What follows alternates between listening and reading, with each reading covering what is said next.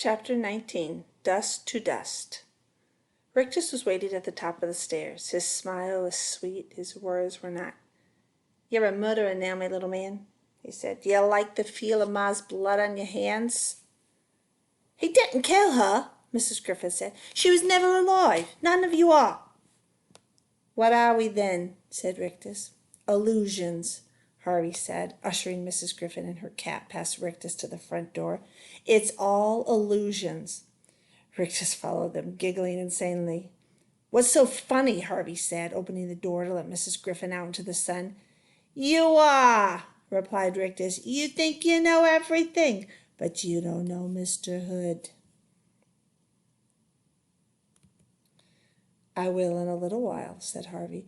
"Go and get warm," he told Mrs. Griffin. "I'll be back." "Be careful, child," she said.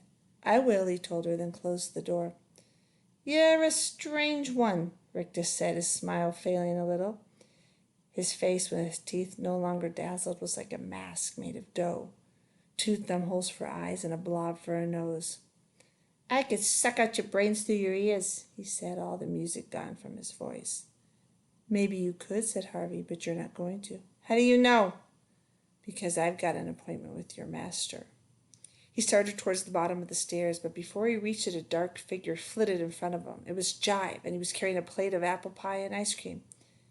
"It's a long climb," he said. "Put something in your stomach first." Harvey looked down at the plate. The pie was golden brown and dusted with sugar, the ice cream melting in a sweet white pool. It certainly looked tempting. "Go on," said Jive. "You deserve a treat." "No thanks," Harvey told him. "Why not?"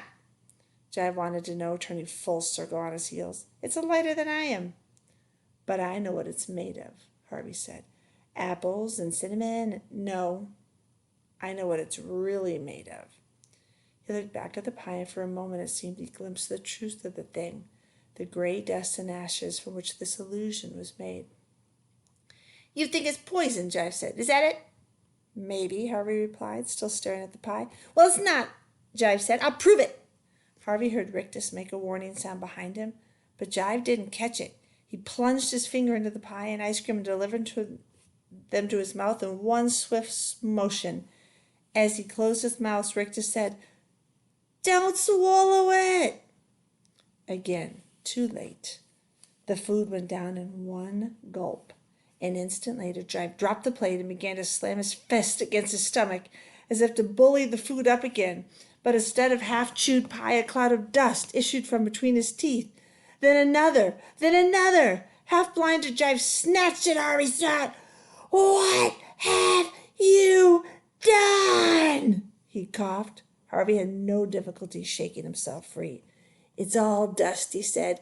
"Dirt and dust and ashes. All the food, all the presents, everything." "Help me!" Jive said, clawing at his mouth. "Somebody help me!"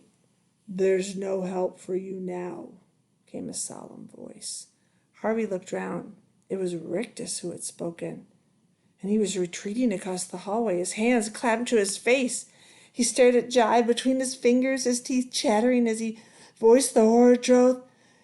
"You shouldn't have eaten that pie," he said. "It's reminding your belly what you're made of." "What's that?" Jive said. "What the boy says. Dirt and ashes." Jive threw back his head, howling "No!" at this. But even as he opened his mouth to deny it, the truth came pouring forth. Dry streams of dust that ran from his gullet and flowed over his fingers. It was like a fatal message being passed from one part of his body to another.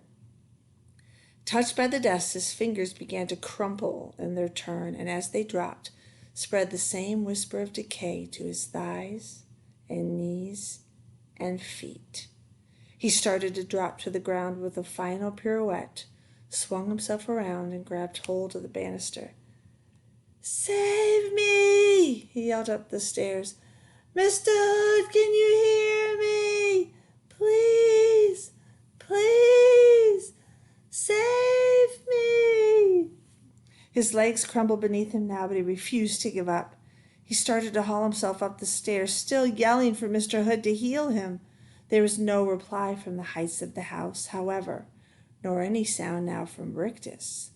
There was only Jive's pleas and wheezings and a hiss of dust as it ran away down the stairs from the emptying sack of his body. "What's going on?" Wendell said, appearing from the kitchen with ketchup smeared around his mouth. He stared at the cloud of dust that hung around the stairs, unable to see the creature at its heart. Harvey was closer to the cloud, however, so was witness to Jive's last terrible moments. The dying creature reached up the stairs with an almost fingerless hand, still hoping, even as its life drifted away, that its creator would come to save it. Then it sank down upon the stairs, and its last pitiful fragments crumbled. "Somebody been beating the carpets?" Wendell said as Jive's dust settled. "Too damn," Harvey murmured to himself. "What you say?" Wendell wanted to know. Before he replied, Harvey glanced around the hallway looking for Rictus, but Hood's third servant had disappeared. "It doesn't matter," Harvey said. "Have you finished eating?" "Yeah." "Was the food good?" Wendell grinned. "Yeah." Harvey shook his head. "What does that mean?" Wendell wanted to know. Harvey was on the verge of saying, "It means you can't help me. It means I have to go up and face Mr. Hood on my own." But what was the use? The house had claimed Wendell entirely. He'd be more of a hindrance than a help in the battle ahead. So instead he said, "Mrs. Griffin's outside." "So we found her?" "We found her." "I'll go and say hello," Wendell said with a cheery smile. "Good idea." Wendell had his hand on the door when he turned and said, "Where will you be?"